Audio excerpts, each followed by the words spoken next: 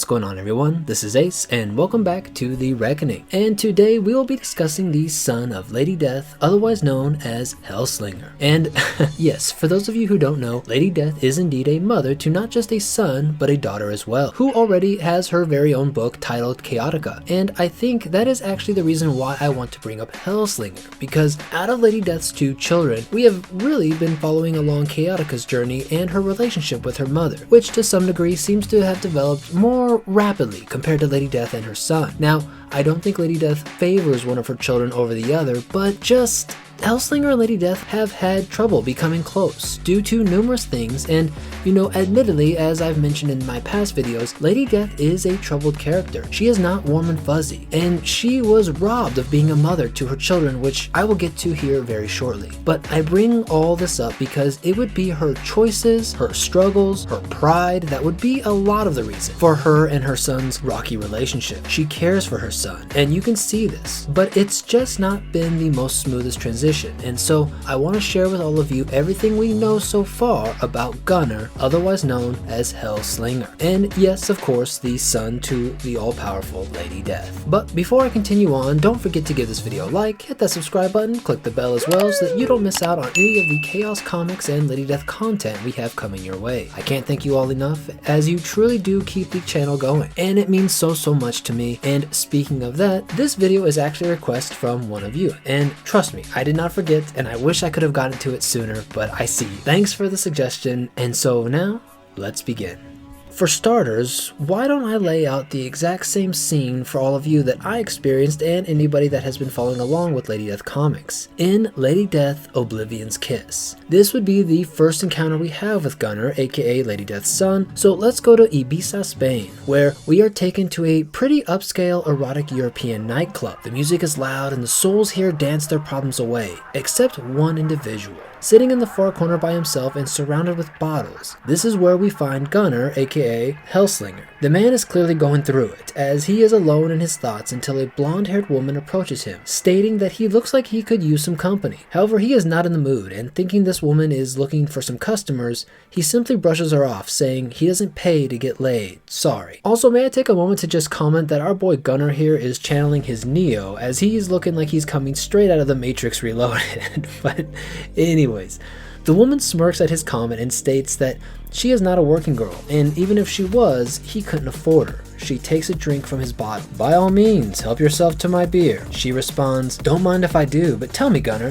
why do you come to a place like this just to sulk at a bar? I could feel a bad mood coming, and I thought some nightlife might cure it. Looks like, wait a minute, how do you know my name? The woman stares deeply into Gunnar's eyes, but before she can say anything, a squad of military-grade, fully loaded killers barge into the club, and one member shouts, don't fucking move, Gunnar. The woman, with a slight smile, states, here's a better question. How do they know your name? One of the killer squad members puts his gun up to Gunnar. Give me a reason, Warlock. One reason and I'll drown your ass in necrotic lead, you freak. Man! What did he do to make them niggas that mad? Gunnar gets in between the squad and the woman and tells her to hang back as it's about to get ugly. She calmly taps him on the shoulder and says, fighting a squad of armed mercs solo? Not the brightest bulb, are you? She leans in. Why not burn us out of here instead? How do you know about my power? Who the are you? You'll never know unless you take me with you. Reluctantly, Gunnar grabs her arm and roaring flames rise from the ground. And to the observer, it would seem that Gunnar and the woman have been incinerated as flames swallow them whole. Now, what actually happened is Gunnar used his power to do a trans-dimensional jump. You could think of it as opening up a portal to where Gunnar navigates, and in this case, he was able to get them both a couple blocks away from the club they were just at. Gunnar wants to ask questions, but unfortunately, the mercs that tried attacking them at the club were not alone, and their backup has ambushed the two of them once again. The woman says that answers will have to wait as they have some business to take care of. Long story short, she works for some people that look to have Gunnar help them save the world with his special abilities. She then pulls out a scythe to get ready to fight the approaching mercs. After some back and forth, Gunnar refers to the woman as Babe, and she quickly corrects him, don't call me Babe, Hellslinger, call me Chaotica. Now hold on. All jokes aside, yes, it turns out that this woman is in fact Chaotica. Now, none of us readers at this point would have had any idea that these two were siblings, and even they themselves obviously don't know who each other are. But yes, looking back at their first encounter, it is now very, very awkward. But to some of you who may be confused on why these two don't know each other, if they are indeed brother and sister and Lady Death's children, and well, we will get to that here shortly, but during their fight with these mercs, we can learn a little bit about them. First and foremost, the group that is hunting down Gunnar, aka Hellslinger, seem to be a group looking to sell supernatural DNA, and Gunnar has had run-ins into them before. Now, Chaotica asks if he can just use his ability to teleport them out of there again, and he makes a point that it's not teleporting, but slinging, which, I mean, it does behave in the same way, getting from one location to another, but it takes a huge toll on Gunnar, where he can't just do it with ease, or limitlessly. He needs a lot of rest and energy if he is going to sling multiple times within a short amount of time. Now, the other thing to point out is Gunnar is getting ready to use his power to incinerate the attackers, and Chaotica stops him and tells him that killing darkens the psyche and will taint his power. He tells her that his psyche is already dark, but she really is serious about not killing them, so then he decides to just roast their feet. The pair end up winning the fight, and they recognize that there is synergy between them, and maybe even a boost in their supernatural abilities. They are then picked up by members of the Sworn, Brock, Lady Death's Asgardian companion, and Rada Beauregard, Voodoo Queen and leader of the Sworn, and older sister to Madame Midnight. So after Hellslinger and Chaotica have been rescued, they are brought to the Sworn headquarters, also named the 13th floor. I'll be diving more into the Sworn at another time, but for now I'm bringing them up because this is kind of Gunnar's and Vivian's introduction to not just the secret organization known as the Sworn, but an expansion to the supernatural. What I mean is that they are both aware of their own supernatural abilities, but here they are introduced to several different species, such as the Everkind, who are inherently powerful and are kind of humanity's safety net to keep the gods at bay. Now, interestingly enough, I would say that the Everkind clearly have more strength than humans, but I don't believe that they would be on the same level of a Chaos Lord per se, but it would be nice to at least have an Everkind joining you on your team for sure. Our boy Thanatos is here as well, who is the son of Lucifer, and if you guys haven't checked out my video on him, feel free to do so either in the corner or down below. We also see Michael the Archangel, and of course are introduced to Tiva Steelheart, who is second command to the Sworn and a werewolf. Lastly, I want to bring up Caprice, who is from a group of beings called the Eldritch, who also seem to look out and fight against magic or sorcery that is intended to harm or threaten the earth. Now, Gunnar at first thinks all of this that he is seeing and hearing is just absolute ludicrous, and almost wonders if he stumbled upon a cosplay convention. But due to the Trinity, who are these three powerful villains that are destroying the earth, and I do touch a little bit on them on my Lady Death villains video, which again, you guys can check out in the corner or down below, but anyways, due to these attacks on Earth from the Trinity, the Sworn puts their faith in seeking help from Lady Death and wish to bring her to Earth. And Rada knows that Gunnar and Vivian are the keys to this because she knows who those two actually are, the offspring of Lady Death. Now, you see, at this point, I want to say the only ones who know that they are Lady Death's children would be Rada, as I just mentioned, and Michael the Archangel, and Brock, the Asgardian troll. But they don't tell Gunnar and Vivian because maybe they don't think the time is right, or perhaps that it's not their place to do so. And would the two even believe them if they did mention it? But regardless, they are informed by Thanatos that to get Lady Death, they will have to venture to Hell. Now, I don't know about all of you, but if this was my first mission and I am told that I have to go to Hell, I'm about to say, hell no. Okay? I can't imagine the fear that would be building up. And for the most part, Gunnar and Viv play it off pretty cool, but I think it really hits when they approach the entry point at the hell mouth of San Sangre, one of the several gates to hell. Now, essentially, if you all wanted to read just this story of the formation of the team, appropriately named the Hell Raiders, who are going to go to hell to retrieve Lady Death, well, Coffin Comics did release just that story up to this point right here, and the title of that book being called The Hell Raiders, which you may be able to still obtain, or you can pick up a piece of the elements together in Lady Death's chapters. So just as the team is getting ready to go straight to hell, The ceiling is burst open and an angel crashes through. She is pissed that Radha tried hiding this search and rescue plan from her, as she pridefully states that who would it be better to kill demons in hell than a warrior from heaven? Hence, War Angel will be joining the team to rescue Lady Death. Now, our boy Gunnar here is taken by the beauty and ferocity of this War Angel, and he states, "Oh man, I think I'm in love." Now, unfortunately for Gunnar, he would soon find out later on that War Angel is in fact the sister to Lady Death, and therefore making her his aunt. Oh my god, bro. Oh, hell no. Okay, hold on. So technically this is his aunt, but not by blood. So take that as you will, but once again, this does make his first encounter with War Angel very awkward. Okay, so anyways, let's fast forward to the Hell Raiders finally crashing into hell, both literally and figuratively, as they happen to land right in the middle of the battle between the Hellborn and Lady Death's crew, consisting of Wolf, aka Hellrider, Jake, the young boy who Lady Death rescued years ago, who has grown up over the years and become a pretty decent warrior himself, and of course, Haxon, the rogue Hellborn. With the Hell Raiders' assistance, they make it to safety in the city of Dis, where they are then once again attacked by a separate Hellborn army made up of Hell Witch's followers.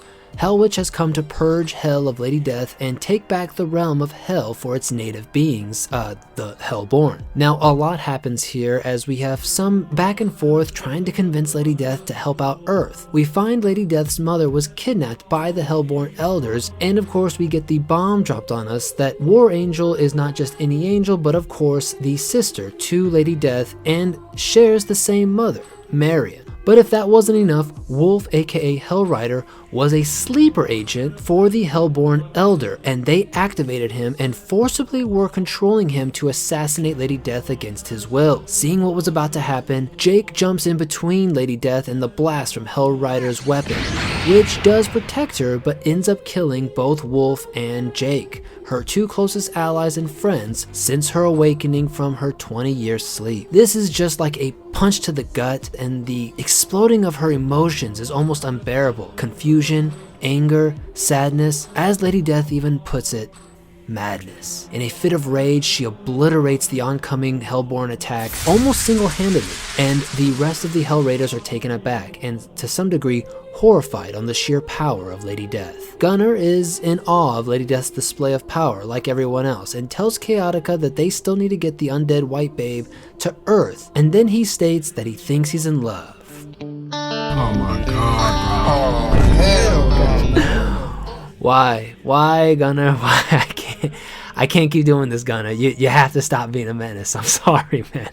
But no. But again, may I remind everyone that Gunnar does not know that Lady Death is indeed his mother at this point in time, but still, once again, makes this encounter very, very awkward. So, what's more important, and what we should be taking away from this scene, is Chaotica, since arriving in Hell, has felt her power increase to an insane degree, and she comes to find out that the source seems to be from Lady Death. Now, it's never stated, but I would almost think that the same power increase would also be given to Gunnar, but due to the nature of his abilities, it's not apparent to him as easily as it is for Chaotica. So, Hellslinger, aka Gunnar, would be tasked to open a portal for Lady Death and several members of Hell Raiders to get Marion, Lady Death's mom, to safety. Later, Bodoth, one of the powerful Hellborn elders, would attempt to manipulate Hellslinger by using her magic, but he is able to break free from the spell and keep Bodoth at bay, which again could have been made possible due to the power increase from being near Lady Death. Fast forward to Lady Death and the Hell Raiders' victory over the Hellborn elders. Gunnar is pleading with them that he cannot keep his portal of escape open forever, so it's good to recognize that interdimensional gate opening is clearly draining on the body and senses, no matter who is doing it, and not an ability that is endless. There always seems to be a time limit. It's also around this time that the second bomb is dropped, that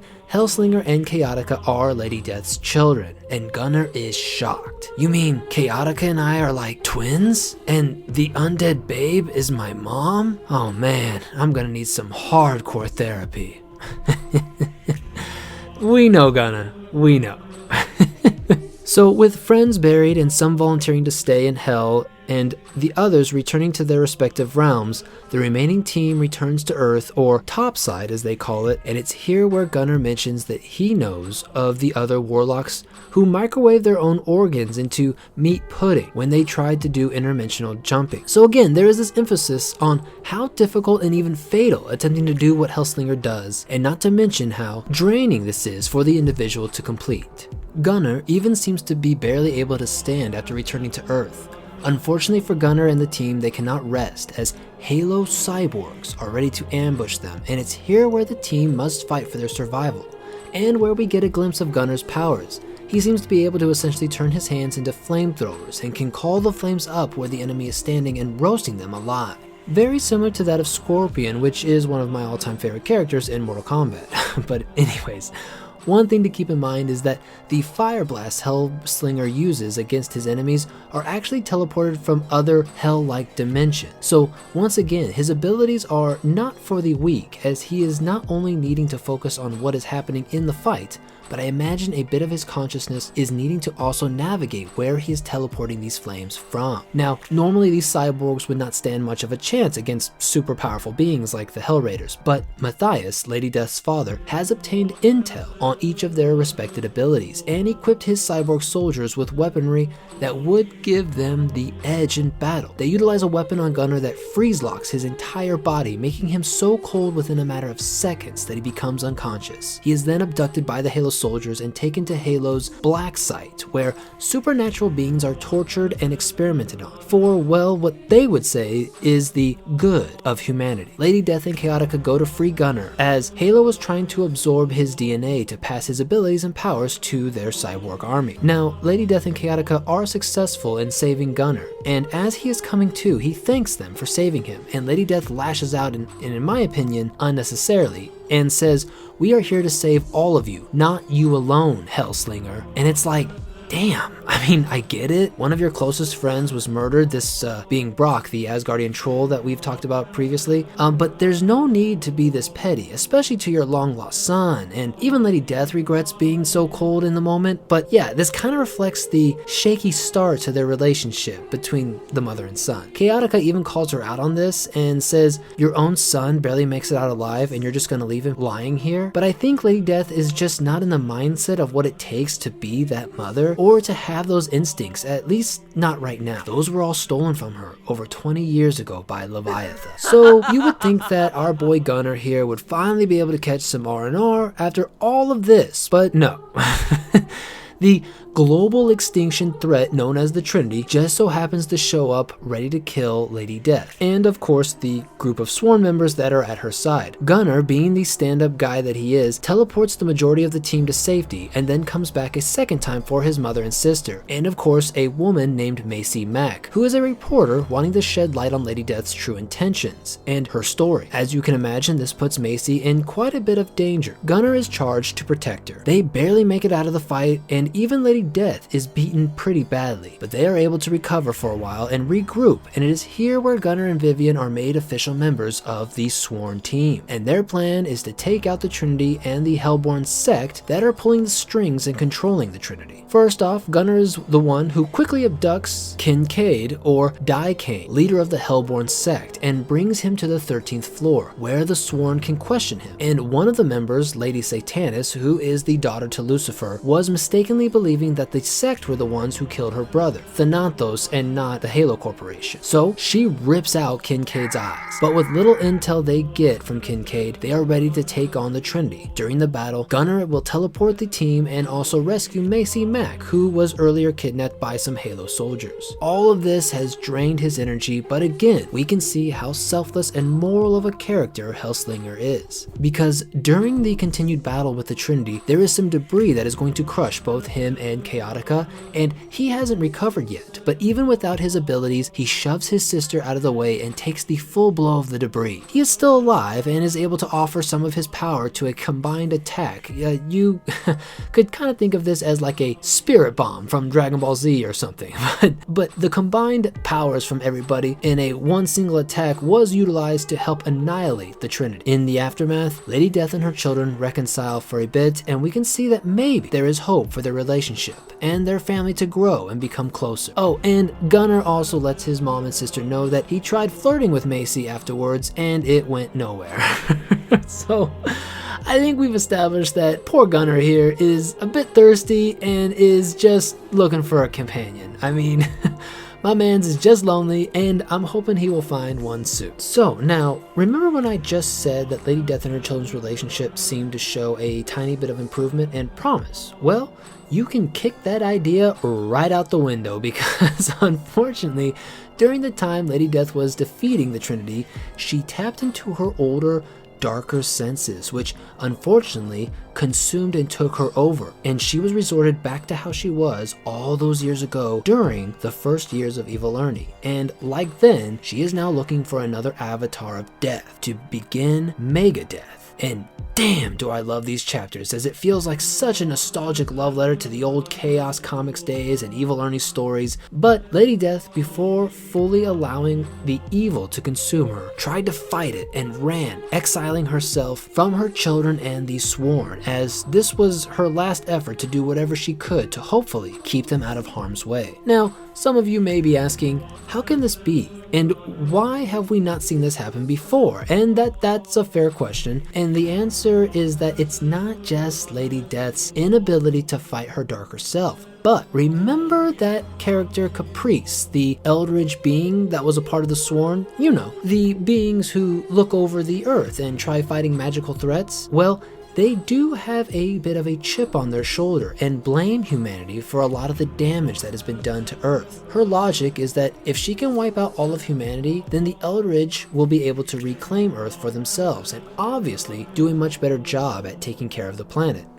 And now, while that may be very true, I don't think it justifies mass genocide, you know what I mean? So, but that is her plan. And how could she accomplish this goal, you may be asking? Because, I mean, a genocide of that magnitude is pretty much unthinkable. But her weapon of choice is, yes, you guessed it, Lady Death. For, you see, Mega Death is something that is still feared and talked about, and was the closest thing to total annihilation from the evil one. So, by using the Shadow Engine, and don't worry you guys, one of these days I will go over all the machines and engines of the Lady Death universe. I think as of right now, I've only talked about one, the Satanus or the Lucifer engine in one of my previous videos, but for now, just know that with the use of this Shadow Engine, Caprice is able to kind of mesh two timelines of beings, the current Lady Death and that of the Lady Death from the Evil Ernie stories. And that is what is corrupting and causing this dark change within Lady Death. So it's been months later, and Gunnar, who has gone on his own adventures in that time, being a vital member of the Sworn still, and meeting characters like La Muerta and Muaji, but now seeing his mom once again, he tries to understand what happened. You just vanished, gone for months without a trace. Don't you think you owe me an explanation? And Lady Death responds by slashing her son's arm and says, I owe you nothing, you mewling pathetic shit. I have no time to waste on you. This just leaves poor Gunnar confused and in pain. He doesn't understand why this is happening.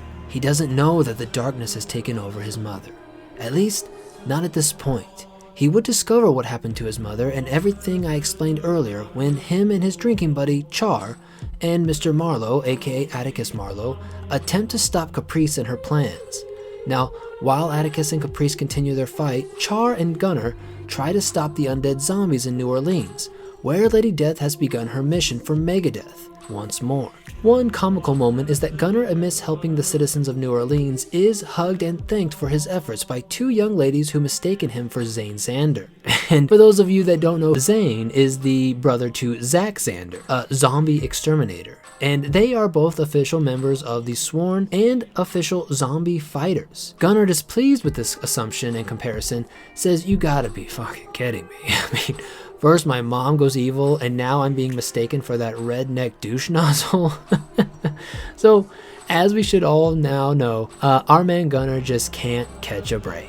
and he would go on to try and rescue his mother from her eternal darkness, and although difficult, tries to stop her and also steps up to combat her in order to save humanity. But as she is getting ready to kill her own son, Char utilized his magic to awaken her memories, and really it's not until this point in the story where Lady Death would have access to her entire memory, and upon awakening, she feels a sense of shame and dread that she almost harmed her own son. She recalls thinking that he burned with his sister when they were infants all those years ago. Gunnar gets his mom to safety. The two will make amends, and Lady Death thanks her son for not giving up on her and for saving her. Now, a lot would happen in this time. Gunnar would go looking for his sister Chaotica, as she has been missing and no one seems to know where she has gone to. Lady Death would go with Atticus Marlowe, and with help and protection of the Sisterhood, which is a collection of witches who idolize Lady Death, would try to extract the darkness from her so that the dark takeover of her being won't happen again. And while this is happening, Insurrectus would begin his invasion and multi-dimensional genocide by way of his progeny. If you all would like some background on who Insurrectus is, feel free to check out the Many Villains of Lady Death video,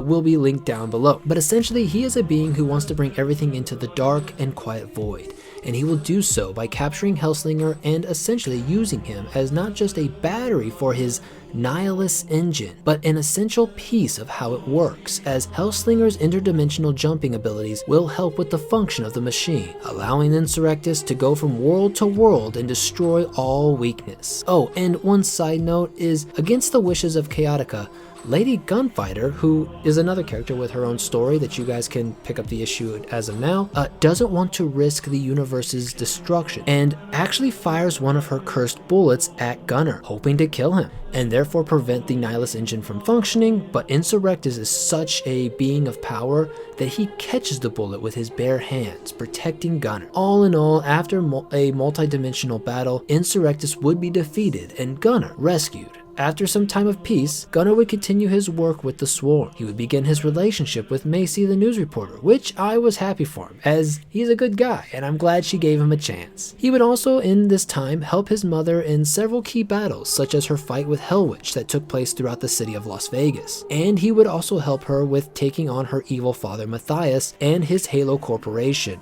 who, if you remember, had been the ones hunting Gunnar practically his entire life. Halo's new weapon was an intense and incredibly powerful warrior named Lady Virtue, who Serena, the angel warrior, and Lady Death would work together to bring Halo to an end. I should also add that within the time, Lady Death has really grown a sense of family, or at least come to appreciate the value of it. And while things are still awkward or a bit bumpy here and there, the relationship between her and Gunnar and Vivian does seem to have become stronger and closer. So from this point forward, I do want to give you all a fair spoiler warning, as we are getting into Lady Death's most recent storyline, Helageddon.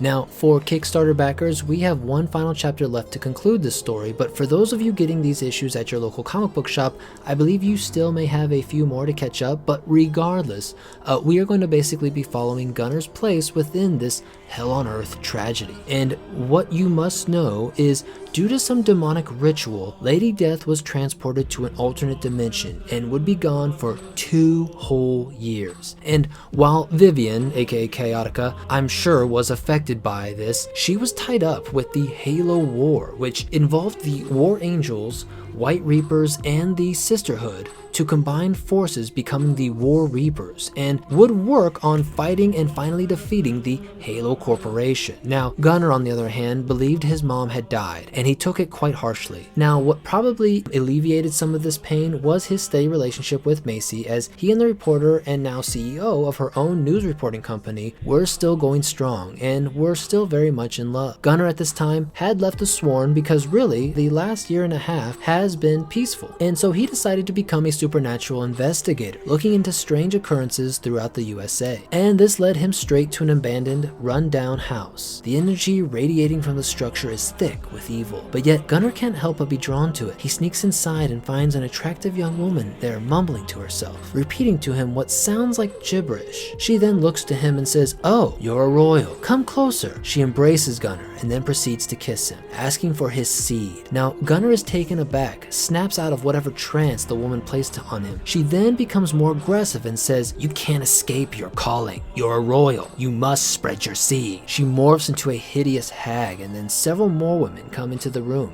begging Gunnar to be intimate with them. Gunnar would blast his fire trying to push these sirens away, and it's kind of ironic as since we've known Gunnar up to this point and, you know, been on this wild journey together, he has proven to be thirsty and also in dire need of companionship, which is so lucky to end up finding with Macy. But here women are literally throwing themselves at him and he has to fight for his life to escape them. I mean, he even says, "I can't believe I'm saying this, but get the hell away from me." Now, he was about to be overtaken by these demonic temptresses, but Madame Midnight and Muaji arrived to rescue him just in time. Later on, Lady Death would reveal herself to Gunnar and let him know that she is in fact not dead and has returned to Earth, but Chaotica wished to inform him that his Macy has unfortunately been sacrificed and has been killed by cult followers. Like sharp daggers piercing Gunnar's ears, he is filled with sadness and anger. He lashes out at his mom, blaming her for Macy's horrific death, that no matter what, darkness always seems to follow her, and those around her end up dead or mass destruction just takes place. He can't take it anymore. After he has taken some time to compose himself, he joins Madame Midnight and Muaji as they have recognized an increase in demon activity here on Earth and also recognize that an invasion is happening. The three team up and head for Madame Midnight's great-grandfather's grave to look for a solution for their demon problem. However, they are found out, and a group of demons is charging at them for the attack. Gunnar blasts his flames, but it doesn't appear to hurt the demon scum, but instead attract them. This worries and confuses the trio, and Gunnar decides that he is done and wishes to jump to New York City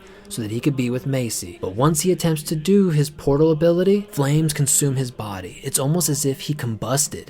And as Madame Midnight goes to see if she can help, Muaji holds her back, telling her to wait a minute. And then from the flames, Gunnar arises and has been transformed into a demon. We see him turn to the couple. "Better listen to Hornboy, Maddie. I don't know what just happened to me, but I fucking like it." And we will stop there.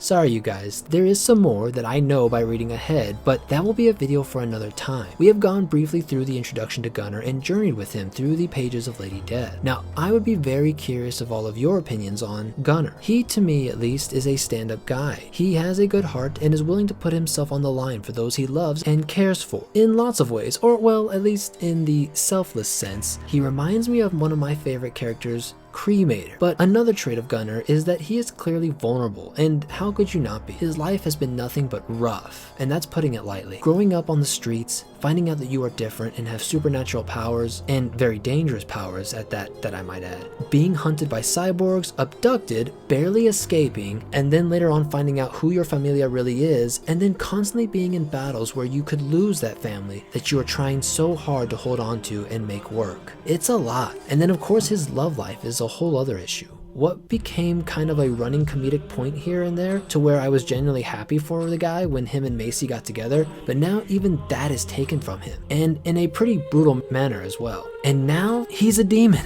I mean, if you guys want to know why, well, then I highly encourage you to jump into Helageddon. The story is still not over and you got time to catch up. It's been a dark time for Lady Death, but still exciting and just a joy to read. We will have to see what happens to our boy Hellslinger, but before we call it quits for today's video, I want to share with all of you some of my thoughts and questions about Hellslinger. First, about his ability. It is mentioned several times that he seems to take a lot of energy to trans-dimensional teleport, or what Gunnar refers to as jumping, and even sometimes lethal to a person doing so. I want to know why. What causes it to be so dangerous? Oh, and just a side note, jumping also affects technology. Cell phones and other gadgets don't work or are destroyed after a jump. But anyways, we have seen the likes of Gunnar, Mr. Marlowe, Bodoth, who are all jumpers, but every time they risk their existence. Also, Gunnar had mentioned that he had seen the other warlocks die trying to attempt a jump, and I want to know their story. Who are these other warlocks? Was there like a gang or like a school or people that trained Gunnar in his early life? And what became of them, if any of them actually survived? But back to his ability to trans-dimensional jumping. I'm totally going off on a theory here, and I could be completely off. This is just me spitballing here, but I wonder, is this the work of Lord Chaos? For you see, in the aftermath, another jumper, probably the most powerful and most famous jumper, named Bedlam, who fought alongside Lady Death all those years ago and was the only being to survive Armageddon and remembered the universe as it once was. he freely jumped to several of the worlds created, and this annoyed Lord Chaos, who used his godly powers to seal off several of the unexplored worlds from Bedlam. Now, my mind racing here, this might have been expanded from just the several worlds to all of the worlds and dimensions and universes. Bedlam is no more, at least from what we've seen, and this could mean Lord Chaos finally was rid of him. But before I go on a tangent, just know that I'm wondering if this is the reasoning that it is so dangerous and difficult to move from place to place. Now, another note I had was that Hellslinger is referred to as a warlock, and so is Atticus Marlowe, and these two have obviously worked alongside each other, but I would really like to see them interact more, as Gunnar being a young and dedicated member of the Sworn, and Mr. Marlowe being, well, experienced, and also considered to be the most, or at least one of the most, powerful warlocks. You think that he would take Hellslinger under his wing and mentor him to some degree. Lastly, we know that Seance had kidnapped Lady Death's children and brought them to Earth, and as I mentioned, unlike Chaotica, Gunnar had a hard life. At the age of 13, he discovered his abilities, mainly growing up on the streets before being kidnapped by Halo for the first time. But Gunnar's name is what I want to bring attention to. His name is Gunnar Thompson. What I want to know is, where did this name come from? Specifically, Thompson. Was Thompson the original adoptees that may have raised him for a little while? Does the name have any significance at all? I don't know. I just don't know. But these were just some of the questions and thoughts that I have had about Hellslinger, and we will just have to see what the future holds for the son of Lady Death. So, thank you all so much for watching the video, and as always, I am eternally grateful and can't wait to see you all in another one. So until next time, take care.